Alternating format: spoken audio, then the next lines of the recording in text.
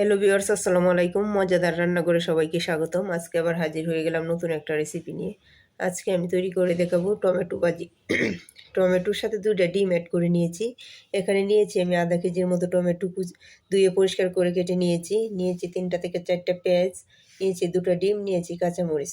এখন সরাসরি ভাজতে চলে যাব।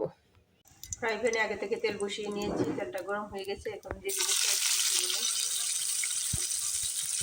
এগুলো যেভাবে দিয়ে দিব। দেওয়ার পরে এখন পেঁয়াজটা ভেজে নেব। পেঁয়াজটা বাদামি কালার হওয়া পর্যন্ত আমাকে অপেক্ষা করতে হবে।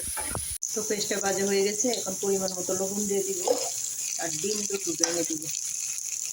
ডিমটা আগে ভেজে নেব পেঁয়াজের সাথে ভালোভাবে। ডিমটা মিশিয়ে দিব। এখন ডিমের সাথে কাঁচামরিচগুলো দিয়ে দিব। ডিমের সাথে যত সহজে মিশে যায় যেন কাঁচামরিচটি আগে অ্যাড করে দিয়েছি। এখন ভালো করে নেড়ে চেড়ে ডিমটা আমি ভেঙে নেব। ভাঙার পরে আমি টমেটোটা এখানে অ্যাড করে দেবো। এখন দিয়ে দিব টমেটোগুলো, সবগুলো টমেটো এভাবে দিয়ে দিব। এখন টমেটোগুলো ডিমের সাথে মিশিয়ে নেব। টমেটোটা পানিটা একদম না শোষা আগ পর্যন্ত আমাকে এখন অপেক্ষা করতে হবে।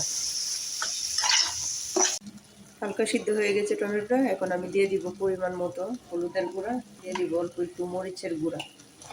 এখন টমেটোটা সিদ্ধ হওয়ার আগ পর্যন্ত আমাকে অপেক্ষা করতে হবে।